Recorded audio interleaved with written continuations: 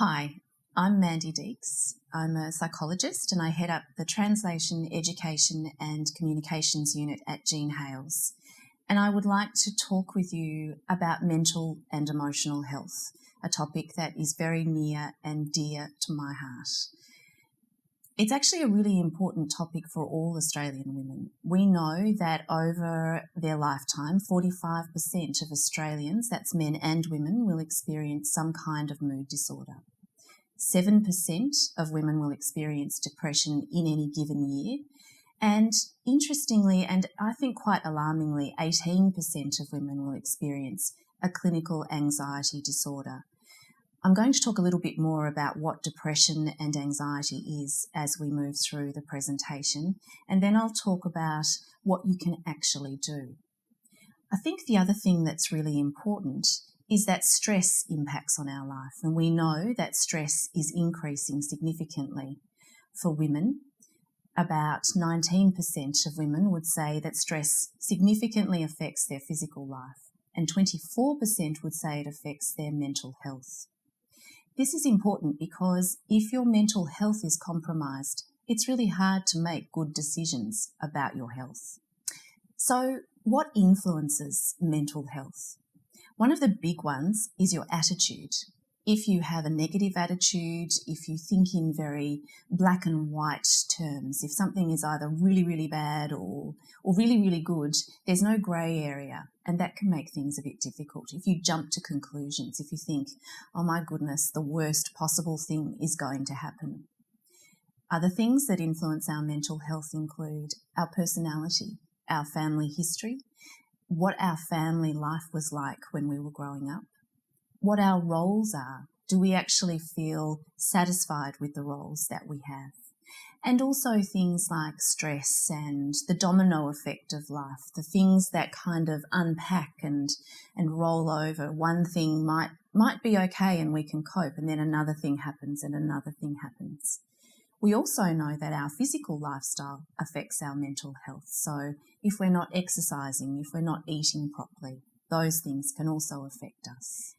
One of the things that I find really important when I talk with clients is we tend to swallow things. If you swallow things like anger, frustration, hopelessness and helplessness, it has to go somewhere. So what happens to it? And sometimes you end up with feeling sadder and that can lead to depression. Sometimes you worry a lot and that can lead to anxiety. So swallowing things and internalising things is not really good for our mental health. If we were looking for someone who was depressed, we would consider a number of different physical and emotional symptoms. So it might be things like, are you eating the same way? Are you either not eating because you're so churned up, or you're eating a lot because you're doing a lot of comfort eating? Are you sleeping? Do you have a sense of feeling restless or slowed down? And sometimes people will talk of a fog or an inability to concentrate or think.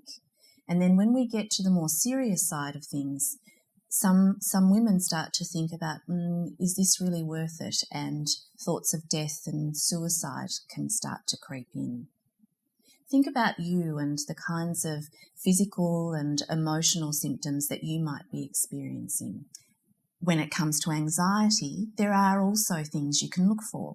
There might be the physical symptoms, and common physical symptoms with anxiety include things like a racing heart or fast breathing or a churned up tummy, and you don't feel as in control perhaps as you used to be. Then there is the thinking as well. So you might actually be more worried than you usually are. You might sort of think the worst possible thing that could go wrong will go wrong. And then there are the behaviours. We know that if you are anxious, it's much better if you think, oh, I just won't go there, because then you won't have the anxiety type reaction. In actual fact, that is the worst thing that you can do, and I'll talk a little bit more about that. What about stress? We hear stress talked about a lot. You know, everybody's stressed. Oh, I feel so stressed. There's the busyness of life.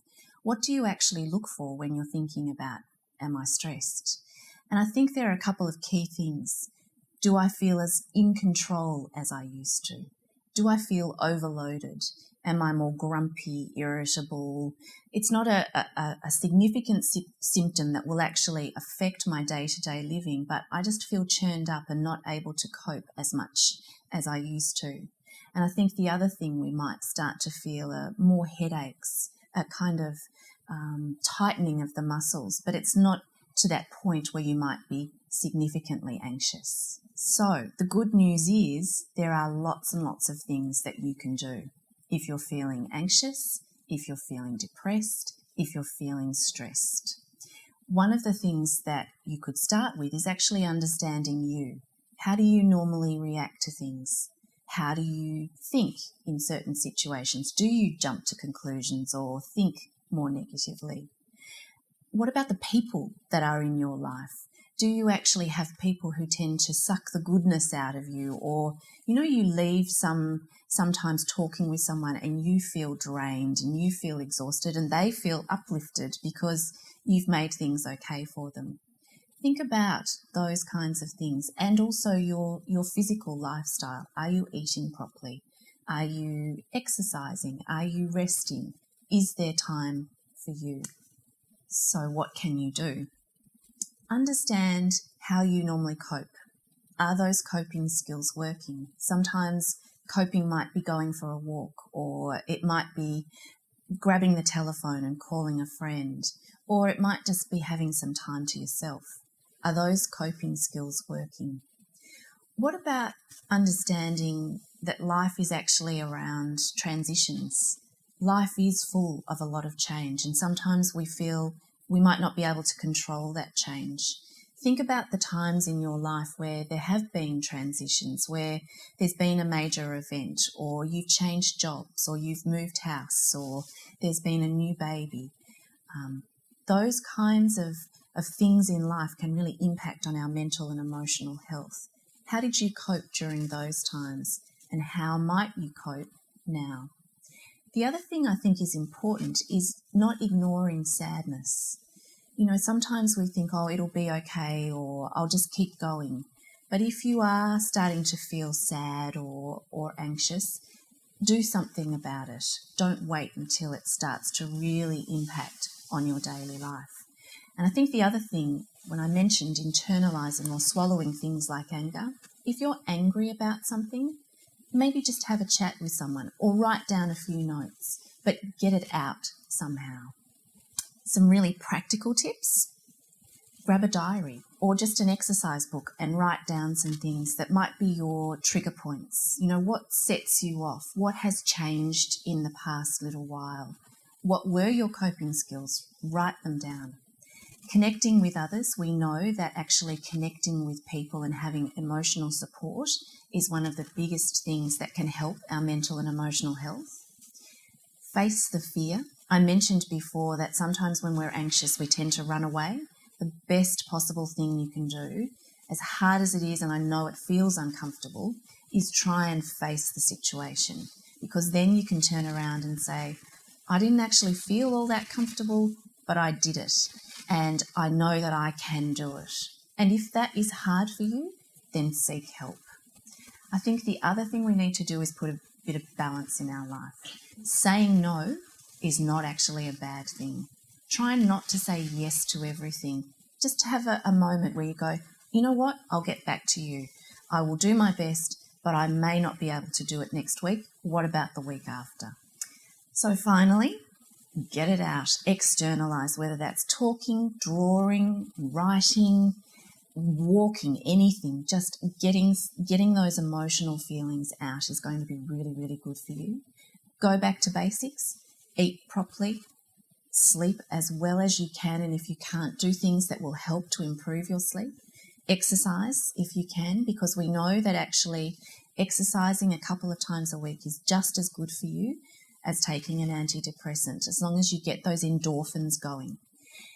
Imagine that you are your best friend. What advice would you give to your best friend?